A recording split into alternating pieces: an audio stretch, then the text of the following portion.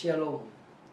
Kembali bertemu dengan saya Pendeta Jonathan F. Lupulalan pada hari Minggu tanggal 13 Maret tahun 2022. Mari kita minta pimpinan Roh Kudus untuk pembacaan firman Allah dan pemberitaannya. Mari berdoa. Tuhan Yesus, kami sangat membutuhkan firman-Mu. Itulah sebabnya urapilah hamba-Mu dengan kuasa Roh yang Kudus, dan juga terus mengurapi semua yang akan mendengarkan firman Allah ini, supaya kami dikuatkan iman kami dan kami diberkati oleh Tuhan Yesus. Dalam nama Tuhan Yesus, Juru Selamat kami, penebus dosa kami berdoa. Amin. Mari kita baca firman Tuhan yang diambil dari Injil Yohanes pasal 4 ayat yang pertama sampai dengan ayat yang ke-42. Sangat panjang memang, itulah sebabnya saya membacakan saja ayat 16 sampai dengan ayat yang ke-18. Firman Tuhan berkata begini, kata Yesus kepadanya, yaitu perempuan itu, pergilah, panggillah suamimu dan datang ke sini. Kata perempuan itu, aku tidak mempunyai suami. Kata Yesus kepadanya, tepat katamu, bahkan engkau tidak mempunyai suami, sebab engkau sudah mempunyai suami 5, dan yang ada sekarang padamu bukanlah suamimu. Demikian firman Allah yang berbahagia kita membaca, mendengar, dan melakukan firman Allah. Tema kita pada hari ini adalah wanita 5 suami bertobat dan menerima Tuhan Yesus. Nah, saudara-saudara yang saya kasih dalam Tuhan Kristus, kisahnya yang panjang dan percakapan yang sulit dimengerti membuat orang enggan membaca kisah tentang perempuan Samaria di pinggir sumur Yakub. Tetapi tidakkah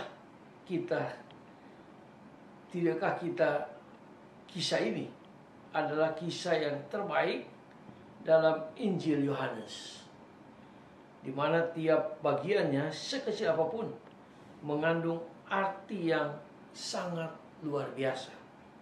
Nah, saudara-saudara yang saya kasih dalam Tuhan Kristus, kisah ini harus dibaca bersama dengan kisah Nikodemus dalam Injil Yohanes pasal yang ketiga.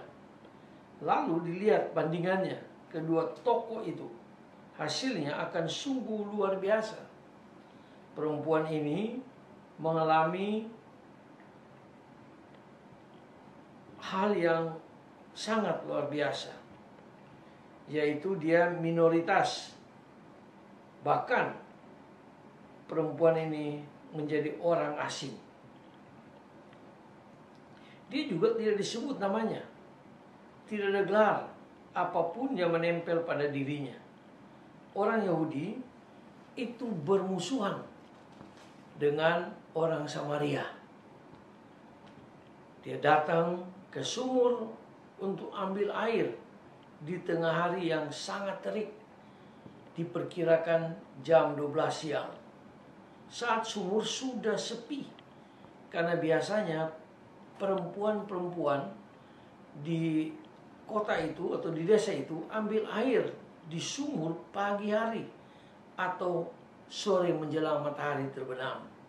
Mungkin dia sudah sangat lelah karena sering dibicarakan, bahkan digosipkan para wanita-wanita yang lain yang ikut ambil bagian atau ikut ambil air dalam hidup perkawinannya. Jadi mereka mempercakapkan tentang perkawinan dia, karena dia mempunyai 5 suami yang tentunya dianggap keluarganya berantakan. Nah, saudara-saudara yang saya kasih dalam nama Tuhan Yesus Kristus, jadi dia memilih menghindar dan datang ke sumur ketika tidak ada orang. Itu sebabnya dia datang di siang hari bolong. Mulanya dia tidak mengenal sama sekali tentang Yesus, karena seperti saya katakan tadi, orang Samaria dan orang Yahudi itu musuh dalam selimut. Jadi menganggap masakan musuh mau bercakap-cakap dengan dia. Nah, itulah sebabnya dia terkaget-kaget. Dengan kata lain, sekali lagi dia tidak mengenal Yesus. Nah, saudara-saudara yang saya kasih dalam Tuhan Kristus, orang Yahudi beda. Nikodemus, dia tahu Yesus itu seorang guru terkenal yang datang dari Allah. Sedangkan perempuan Samaria itu tidak tahu. Nah, perempuan Samaria dan Nikodemus sama-sama salah paham. Dengan kata lain, dia salah paham akan kata-kata Yesus. Nikodemus salah paham waktu Yesus berkata soal engkau harus dilahirkan kembali. Nikodemus berpikir dia harus masuk ke rahim ibunya baru dilahirkan kembali.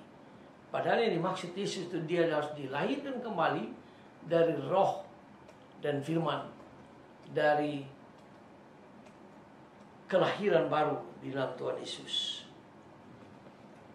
Nah, Nikodemus salah paham waktu Yesus mengatakan dia harus dilahirkan kembali.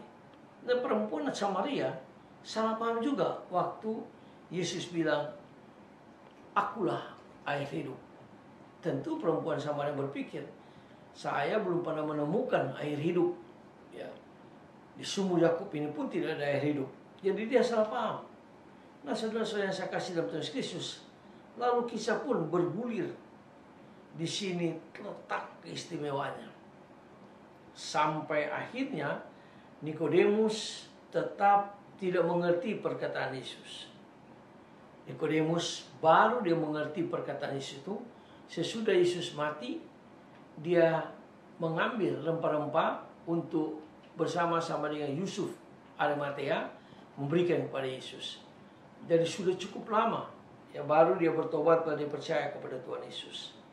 Nah, saudara-saudara yang saya kasih dalam Tuhan Kristus, berbeda dengan perempuan Samaria itu. Perempuan Samaria itu perlahan-lahan dia mencari kenal siapa Yesus itu, tapi pasti. Nah, mari kita lihat. Yang tadinya wanita Samaria itu mengatakan Yesus itu sebagai musuh dalam selimut, lalu dia mulai berproses. Dia mulai melihat, ya, awalnya dia tidak tahu apapun tentang Yesus. Kemudian dia mulai setengah tahu dengan menyebut Yesus sebagai nabi. Dia mulai tahu ini, oh, Yesus ini bukan orang biasa sebagai nabi karena dia mengetahui suaminya 5. Nah, saudara-saudara yang saya kasih dalam Tuhan Kristus, lalu lebih besar lagi dia katakan Yakub nenek moyangnya, ayat 19 itu, sampai pada akhirnya dia mengalami iman yang sangat luar biasa. Dia menyebut Yesus sebagai Mesias, sebagai Allah yang menyelamatkan. Nah, saudara-saudara yang saya kasih dalam Tuhan Kristus, imannya itu berproses dari musuh, nabi, lalu akhirnya tiba kepada Tuhan, lalu Mesias. Nah, saudara-saudara yang saya kasih dalam Tuhan Kristus, imannya yang penuh, yang sungguh-sungguh tidak berhenti pada dirinya. Sesudah dia percaya Yesus, sesudah dia bertobat dan menerima Yesus sebagai Tuhan dan Juru Selamat secara pribadi, dia membagikan ini, dia ceritakan ini kepada orang-orang Samaria yang lain. Sampai pada akhirnya Yesus bisa tinggal di kampung Samaria itu agak lama, dan perempuan ini memberitakan Injil, memberitahukan Yesus adalah Mesias kepada orang-orang Samaria. Dan puji Tuhan, melalui wanita yang 5 suami dia bertobat, dia menerima Yesus, lalu dia menyampaikan Injil Tuhan Yesus kepada orang-orang Samaria, dan banyak orang Samaria yang percaya dan bertobat.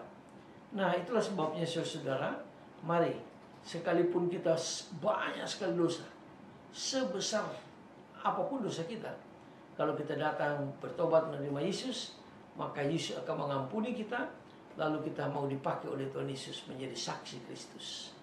Mari kita tunduk kepala, kita berdoa. Tuhan Yesus, terima kasih atas firman. Kami bersyukur seorang wanita yang bersuami 5, dia bertobat, lalu dia menerima Yesus, dan akhirnya dia menjadi saksi Tuhan Yesus. Tolong kami Tuhan, supaya kami juga mau mengakui segala salah dosa kami, dan kami mau menjadi saksi Kristus. Roh Kudus memenuhi kami dan mengurapi kami. Di dalam nama Tuhan Yesus kami berdoa. Haleluya. Amin. Sampai kita berjumpa di kesempatan yang lain.